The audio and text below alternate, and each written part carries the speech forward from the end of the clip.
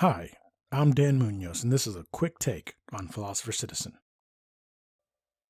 All this talk of impeachment, what good do you think it'll do? Will it heal the nation? Will it bring us together in the spirit of some common goal? No, of course not. How could this do anything other than tear at the fabric of our nation and alienate entire segments of the voting population? Don't get me wrong. I don't think Trump is a inspirational figure. His demeanor is not one I think should be held up as ideal for the role of leader of this great nation. In short, I'm not proud to say Trump is my president, but can I deny that the nation is at full employment, or that the economy is humming along, or that China deserves this trade war? However much I wish I could deny this, reality shows that I can't. If we could have proven Trump colluded with the Russians, then of course we should get him out of office. But if we don't have that evidence by now, chances are the evidence simply doesn't exist. The best you can hope for is that an obstruction charge sticks, and you know that it's not going to. If you move to impeach, the process will simply die in the Senate. Of that you can be sure. What then will Democrats be left with after this inevitable loss, except maybe another lost presidential election? I know you could say that proceeding with an impeachment investigation is the right thing to do, and it would be a shame on the Senate for not following through when the House votes to get him out. But that's a ridiculous position to have. Republicans don't care if you attempt to shame them. They still hold power, and power trumps your shame. I think at this point, Democrats are wasting their time that could be used more productively in the service of the American people. The right thing to do is to work with Republicans to get, among other things, our infrastructure up to date, not tempt the fragile ego of Trump as a means of earning mostly illusory political points. You think causing the president to blow up is going to earn you any more voters than the ones you already have? Of course not.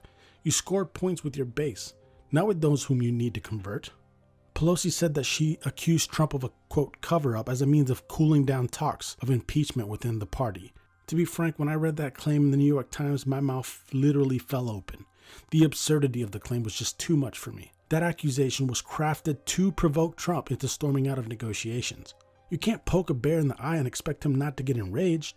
You want to help the American people? Then cease with this childishness and do your job. I want you to win the election. You want to win the election. If you do, then focus on convincing voters how you can make the economy even better than what it is right now. Focus on convincing them that you can make the middle class more robust than it was 4 years ago. But now, all we see are the Democrats screaming over tax returns and mocking the president. Just how much do you think a blue-collar voter in Pennsylvania cares about the Trump returns? What they care about is putting food on the table. When election time rolls around, that old truism of Americans voting with their wallets will be in effect.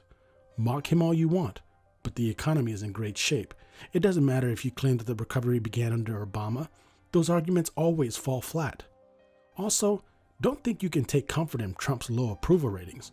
Remember 2016, where reputable sites were projecting upwards of a 90% chance of Clinton taking the White House? No. If the rhetoric doesn't change, if we of the left don't start wooing the voters that left us for Trump, we will win nothing but sour grapes in 2020. As an aside, many voters know that Trump is taking on China because China has been riding their status as a, quote, fragile developing economy for far too long.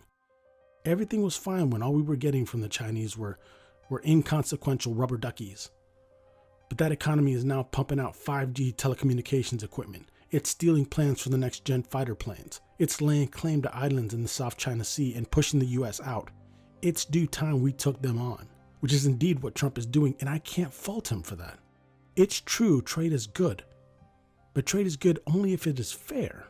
Think about this. The trade war is hurting our soybean farmers here in the States, but still the farmers back the president. Why do you think that is?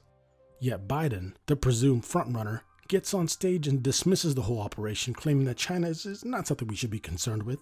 Instead of going on stage and saying that yes, we should continue the fight for a better deal with the factory of the world, but that there exists a scenario that is beneficial for both countries, and that he is the right man to find the scenario.